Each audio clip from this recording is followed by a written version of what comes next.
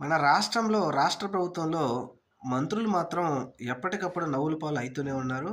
అయితే ఇది ఎందుకు జరుగుతుందో మరి ముఖ్యమంత్రి గారికి, మన మంత్రులకే తెలియాలి. అయితే ఇప్పుడు home minister Vangalapudi Anitha madam గారు చేసిన వ్యాఖ్యలు మాత్రం రాష్ట్రంలో పూర్తిగా నవ్వుల పాలయ్యాయి. ముందు రోజు వినాయక చవితి పండగ ముందు రోజున 100, 350, 700 ఇట్లా ప్రతిదానికి ఫీజు చెల్లించేసి గణపతిని పెట్టుకోవాలి మండపాల దగ్గర అని చెప్పేసి మేడం గారే క్లియర్‌గా విలేకరుల సమావేశం పెట్టి, సమావేశంలో పెట్టడం జరిగింది. అది అందరూ గూడా చూసారు.